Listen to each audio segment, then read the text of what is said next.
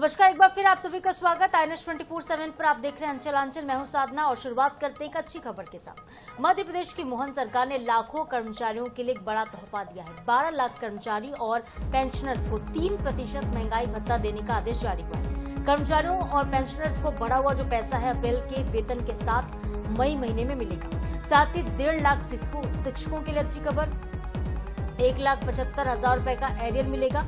वहीं डीए को अब 55% से बढ़ाकर 58% किया गया है। पेंशनर्स को ये जो फायदा है 1 जनवरी 2026 से मिलना शुरू हो रहा है और एरियर जुलाई 2025 से मार्च 2026 तक का मिलेगा। लेकिन जो राशि है एक साथ खाते में नहीं आएगी, बल्कि 6 अलग अलग किश्तों में आएगी। ये किश्तें होंगी मई, जून, जुलाई, अगस्त, सितंबर और अक्टूबर में। महंगाई भत्ता और महंगाई राहत में बढ़ोतरी से कर्मचारियों की सैलरी हर महीने 465 रुपए से 4,230 रुपए तक बढ़ जाएगी।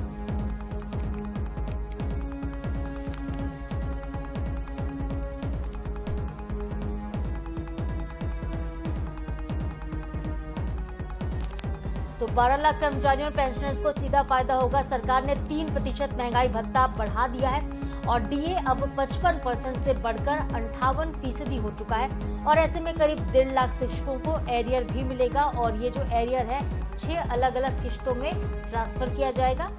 तो बता दें कि बल्ले बल्ले होने वाली सरकारी कर्मचारियों की और सरकारी शिक्षकों की।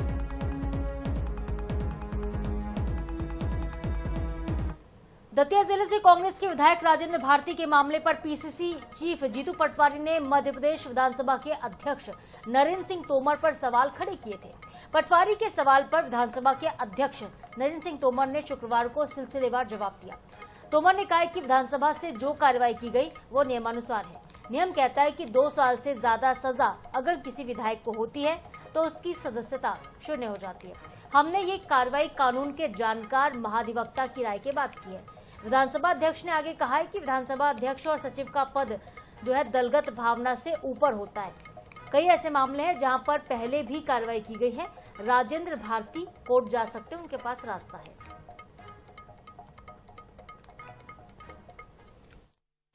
विधायक श्री राजेंद्र भारती जी के मामले में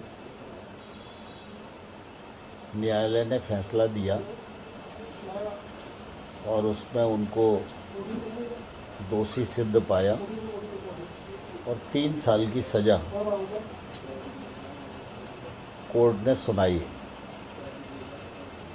स्वाभाविक रूप से लोक प्रतिनिधित्व अधिनियम 151 की धारा 8(3) में ये प्रावधान है कि 2 वर्ष या उससे अधिक की सजा किसी जनप्रतिनिधि को होती है तो वो अपने आप में अयोग्य हो जाता है।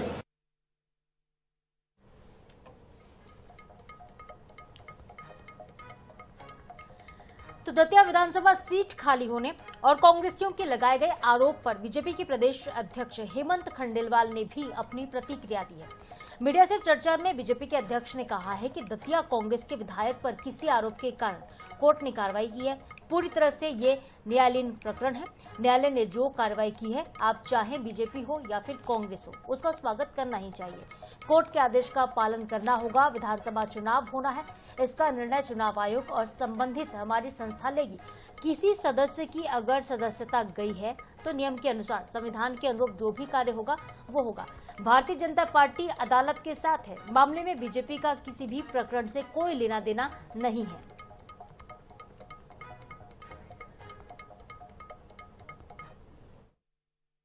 देखिए, जो दतिया का मामला है, कांग्रेस के जो विधायक थे उन पे किसी आरोप के कारण कोर्ट ने उन पे कार्रवाई की है।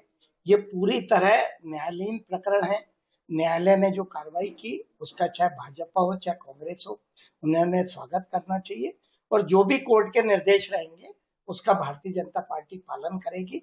कोर्ट के आदेशों का पालन करने का काम चुनाव आयोग और विधानसभा के जो हमारे अध्यक्ष हैं उनको निर्णय लेने का अधिकार है। वो इस बारे में सही निर्णय करेंगे। और छत्तीसगढ़ से नक्सलवाद के खात्मे के बाद अब सरकार ने एक बड़ी मानवीय पहल शुरू की है। बस्तर से पलायन करके आंध्र प्रदेश और तेलंगाना में जाकर बसे हजारों परिवारों की अब घर वापसी की तैयारी शुरू हो गई है। लाल आतंक के दौर में अपना घर बार छोड़ने को मजबूर हुए इन लोगों के पुनर्वास के लिए एक्शन प्लान बनाया जा रहा है, लेकिन इस मुद्दे पर सियासत अभी से शुरू हो गई है। देखिए पूरी रिपोर्ट।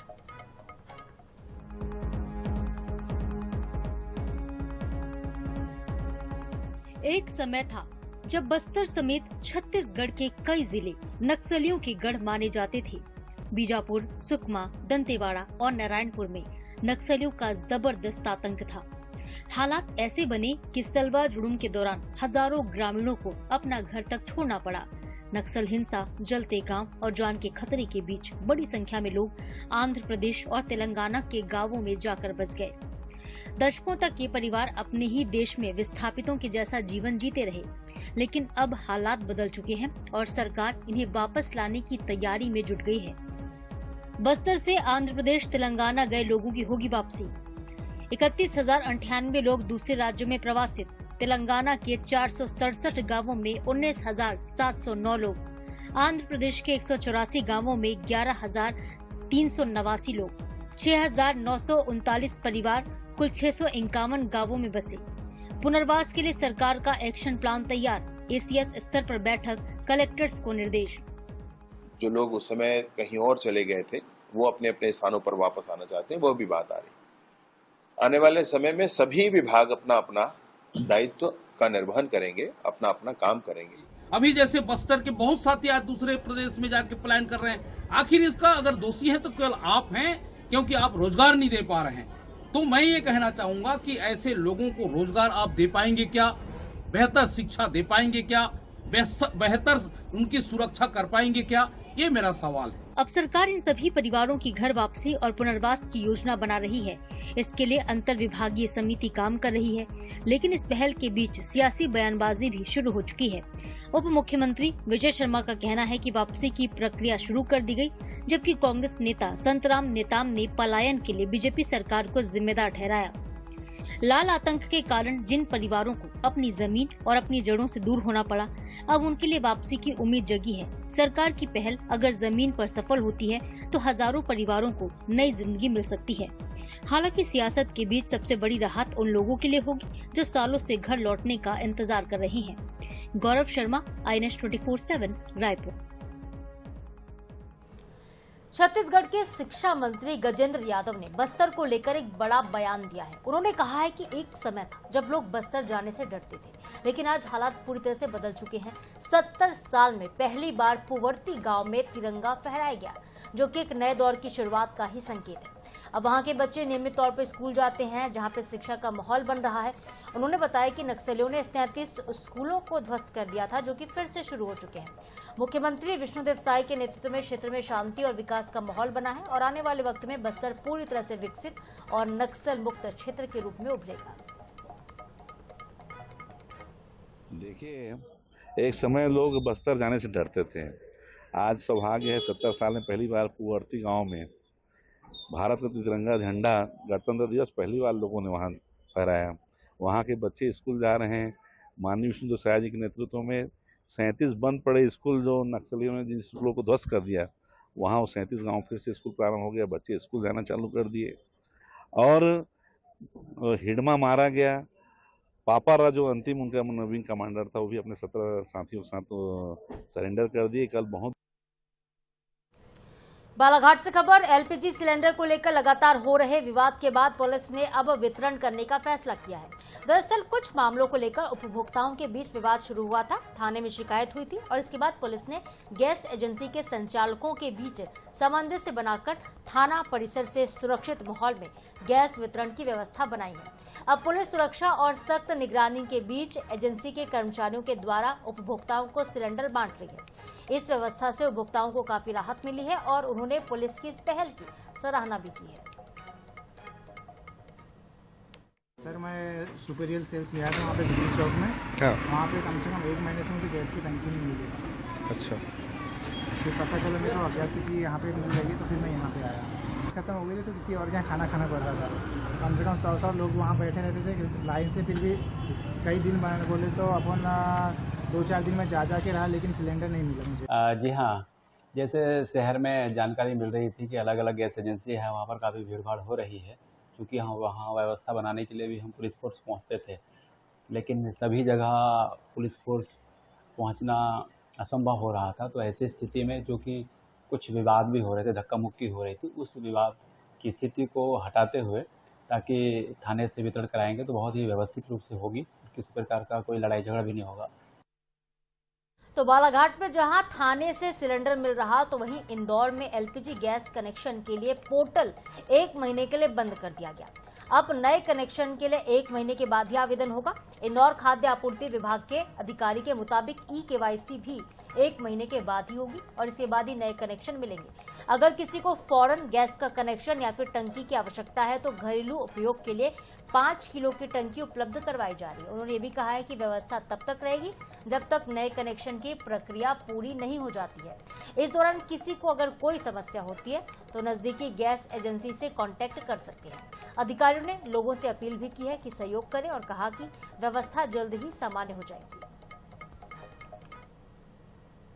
सर के ऑयल कंपनी का जो पोर्टल है जिस पर नए कनेक्शन केवाईसी वगैरह आता है, अभी नए कनेक्शन अभी ये चूँकि सारी चीज़ें 1 महीने के घटनाक्रम में, तो अभी उस पर होल्ड किया है। ये जल्दी कनेक्शन चालू हो जाएंगे। कोई भी उपभोक्ता नया कनेक्शन चाहता है तो गैस एजेंसी पे जाके अपना एप्लीकेशन, आधार कार्ड वगैरह दे दें। और इसके अलावा भी तत्काल कनेक्शन चाहिए तो हम लोगों ने, जब पोर्टल बंद है, डोमेस्टिक सिलेंडर का भी चालू नहीं है, तो हम लोगों ने कलेक्टर साहब के निर्देश से व्यवस्था की है कि 5 kg का FTO जो सिलेंडर होता है हमारा छोटा, उसको तत्काल मौके पे ही दे रहे हैं ताकि किसी को भी खाना बनाने में असुविधा न हो। इस बीच बड़ी खबर राजधानी रायपुर से आ रही है। आज बंगाल के दौरे पर रहेंगे सीएम विष्णुदेव साय। बीजेपी के प्रत्याशियों की नामांकन रैली में शामिल होंगे मुख्यमंत्री। 11:50 पर झारग्राम में नामांकन रैली में शामिल होंगे। नया ग्राम सीट पर अमिया किस्कू के पक्ष में प्रचार करेंगे और गोपी बल्लभपुर सीट से राजेश महतो के पक्ष में भी प्रचार करेंगे। बीनपुर में डॉक्टर प्रणत टुडू के पक्ष में प्रचार प्रसार करेंगे मुख्यमंत्री। शाम को 6:30 बजे राजधानी वापस लौटेंगे सीएम साहब। बड़ी खबर, पश्चिम बंगाल में चुनाव है और चुनाव का आगाज हो चुका है, ऐलान कर दिया गया तारीखों का। और इस बीच छत्तीसगढ़ के भी नेता जो है बंगाल में पसीना बहाते नजर आ रहे हैं। इसी कड़ी में प्रदेश के मुखिया यानी कि प्रदेश के मुख्यमंत्री पश्चिम बंगाल के दौरे पर नयाग्राम सीट पर अमिया किस्कू के पक्ष में प्रचार करेंगे। गोपी बल्लभपुर सीट से राजेश महतो के लिए प्रचार प्रसार किया जाएगा और बीनपुर में भी डॉक्टर प्रणत के पक्ष में चुनाव रैली करेंगे मुख्यमंत्री। संवाददाता मोहम्मद हसन फोन लाइन पर जुड़ गए हैं। हसन, ताबड़तोड़ प्रचार प्रसार आज मुख्यमंत्री की तरफ से किया जाना है, पूरी डिटेल खबर पर। बिल्कुल, देखिए बंगाल में चुनाव का डंका जो है वो बज चुका है। ऐसे में प्रत्याशियों का भी चयन हो गया है, लेकिन खास बात यह है कि बंगाल में चुनाव के प्रचार प्रसार से लेकर के जो नामांकन की रैलियां हैं उसमें देश भर के अलग अलग राज्यों से जो है वरिष्ठ नेताओं को जिम्मेदारी दी गई है। छत्तीसगढ़ के भी कई वरिष्ठ भाजपा के नेताओं को जिम्मेदारी दी गई है, जिसमें मुख्यमंत्री विष्णुदेव साय के साथ साथ उप मुख्यमंत्री अरुण साव, विजय शर्मा समेत तमाम लोग जो है वो शामिल हैं। आज बेहद ही महत्वपूर्ण दिन है बंगाल के लिए, क्योंकि आज जो बीजेपी के प्रत्याशी हैं उनका नामांकन जो है वो दाखिल किया जाएगा बंगाल में। ऐसे में सीएम साहब पहले ही बंगाल रवाना हो चुके हैं, कल बीती रात वे बंगाल पहुंच चुके हैं और आज सुबह 11:50 से जो अलग अलग जो चुनाव प्रचार की रैलियां हैं, नामांकन की रैलियां हैं, उसमें सीएम साय जो है वो शिरकत करेंगे, जिसमें नयाग्राम एसटी सीट पर उमिया किस्को के पक्ष में प्रचार करने वाले हैं। गोपी बल्लभपुर सीट से राजेश महतो, बीनपुर में जो कि एसटी सीट है वहां पर डॉक्टर प्रणत टुडू के पक्ष में प्रचार करेंगे। कुल मिलाकर के इस बार सीएम साय को जो है महत्वपूर्ण जिम्मेदारी दी गई है बंगाल में।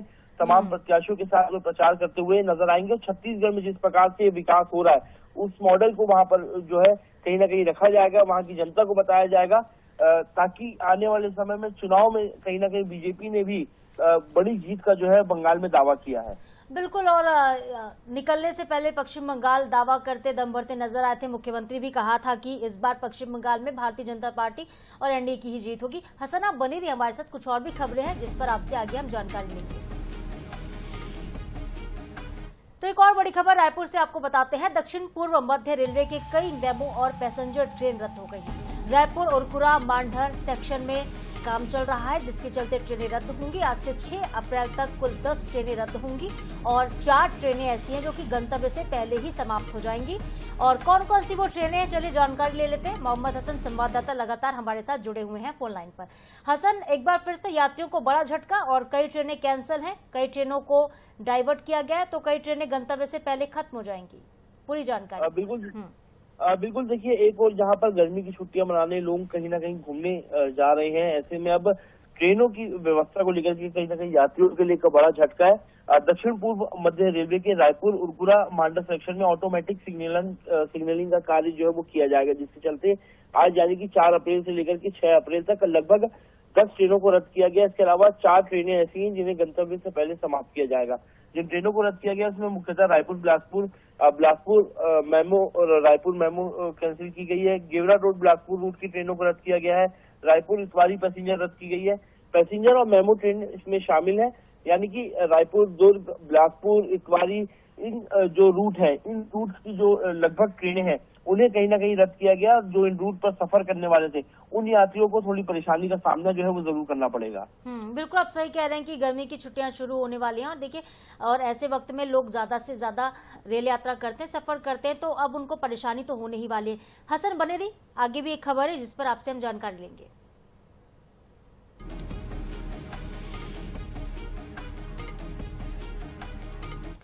एक और बड़ी खबर रायपुर से। ILS हॉस्पिटल में बड़ा हादसा हो गया। अस्पताल के 4थे फ्लोर की फॉल सीलिंग गिर गई है, कई मरीज जख्मी हो गए, अस्पताल में हड़कंप मच गया है, सभी घायलों का इलाज चल रहा है। न्यू राजेंद्र नगर थाना क्षेत्र का ये पूरा मामला है। तो बड़ी खबर इस वक्त की राजधानी रायपुर से, जहां पे एक अस्पताल की फॉल सीलिंग गिर गई और कई मरीज जो हैं दहशत में आ गए। हादसा किस वजह से हुआ है, तस्वीरें भी आपको हम पहले दिखा देते हैं। संवाददाता हसन हमारे साथ लगातार बने हुए हैं। हसन, क्या स्थिति अभी मौके पर है? बिल्कुल देखिए, पूरी घटना जो है बीती रात की है। पचपड़ी नागर स्थित ILS मल्टी स्पेशलिटी हॉस्पिटल है, जहां पर बताया जा रहा है जो इसका ऊपर के 4था फ्लोर है। 4थे फ्लोर में जो ICU बनाया गया, उस ICU की जो है फॉल सीलिंग देर रात अचानक से जो है वो गिर गई। जब ये फॉल सीलिंग गिरी तब ICU में कई मरीज जो है वहां पर भर्ती थे। ऐसे में बताया जा रहा है, जो जानकारियां मिली है, 5 से 6 लोग जो है उसमें गंभीर रूप से घायल हुए हैं। उन्हें जो है कहीं ना कहीं अस्पताल में उनका इलाज जो है वो किया जा रहा है। बताया जा रहा है चूंकि ICU की सीलिंग गिरी है, तो ऐसे में जो जनरल वार्ड है उसे ICU में तब्दील किया गया और मरीजों का इलाज जो है वहां पर किया जा रहा है, क्योंकि एक बड़ा ICU और उसी की फॉल सीलिंग गिरी। कहीं ना कहीं बड़ी लापरवाही है निर्माण कार्य में। ILS हॉस्पिटल जो है विगत लगभग 1 साल से जो है राजधानी रायपुर में संचालित हो रहा है, लेकिन कहीं ना कहीं नया हॉस्पिटल होने के बावजूद इसके निर्माण में जो है कहीं ना कहीं कमी रही है, जिसके चलते ही ये बड़ा हादसा जो है वो हुआ है। बिल्कुल हसन, बड़ी बात है, बड़ी खबर है कि 1 साल पहले ये बना अस्पताल और इसकी फॉल सीलिंग गिर जाती तब बड़ा अस्पताल, ये प्राइवेट अस्पताल, आखिर इतनी बड़ी चूक, लापरवाही वहां पे कैसे हुई? बहुत शुक्रिया हसन फिलहाल आपका तमाम जानकारी के लिए।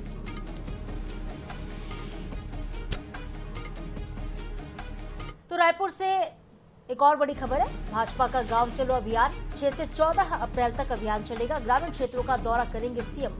तो मुख्यमंत्री विष्णुदेव साय ग्रामीण क्षेत्रों में जाएंगे, ग्रामीणों से संवाद करेंगे, मंत्री और विधायक भी, और हर विधानसभा में 50 गांव इसके लिए चुने गए हैं। तो गांव चलो अभियान की शुरुआत होने जा रही है। 6 अप्रैल से यह अभियान शुरू होगा। आज से 2 दिन के बाद अभियान शुरू किया जाएगा और हर एक विधानसभा से, यानी कि 90 विधानसभा से 50 गांवों का चयन किया गया है। 6 से 14 अप्रैल तक अभियान चलेगा। शुरुआत जो है मुख्यमंत्री भी करेंगे, सीएम विष्णुदेव साय भी ग्रामीण क्षेत्रों का दौरा करेंगे। तमाम जो विधायक हैं, मंत्री हैं, वो भी ग्रामीणों से संवाद करेंगे, गांव-गांव में जाएंगी और इस अभियान को सफल बनाएंगे।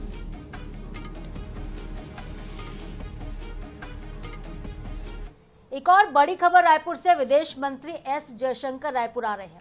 IIM रायपुर के दीक्षांत समारोह में शामिल होंगे। सुबह 8:45 की फ्लाइट से रायपुर पहुंचेंगे एस जयशंकर। तो विदेश मंत्री एस जयशंकर का रायपुर का दौरा, Indian institute of management Raipur के दीक्षांत समारोह में शामिल होंगे। और बता दें आपको कि उनकी फ्लाइट सुबह 8:45 यानी कि 8:45 बजे रायपुर पहुंचेगी।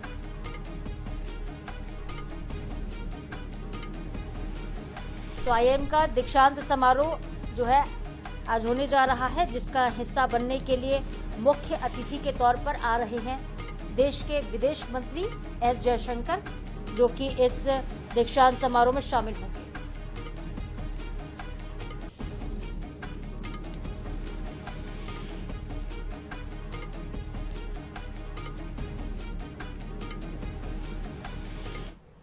पखांजूर में एक बार फिर से जवानों को बड़ी सफलता मिली है। जवानों ने मूरू सुलनापा के जंगल से 5-5 किलो के 2 आईडी को बरामद किया। जानकारी के मुताबिक सर्चिंग टीम जो है सुबह से प्रतापपुर थाने में निकली थी और इस क्षेत्र में सर्च कर रही थी, तभी एक बम मिलता है और मौके पर इसे विस्फोट करके नष्ट किया गया, डिफ्यूज किया गया इसे।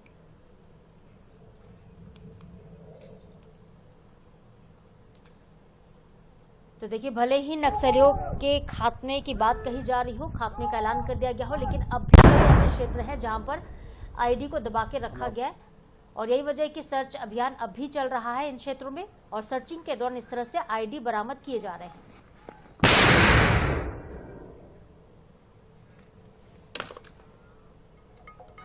और इसके साथ ही खबरों में फिलहाल इतना ही। ताजा अपडेट्स के लिए आप बने रहिए NH के साथ। नमस्कार।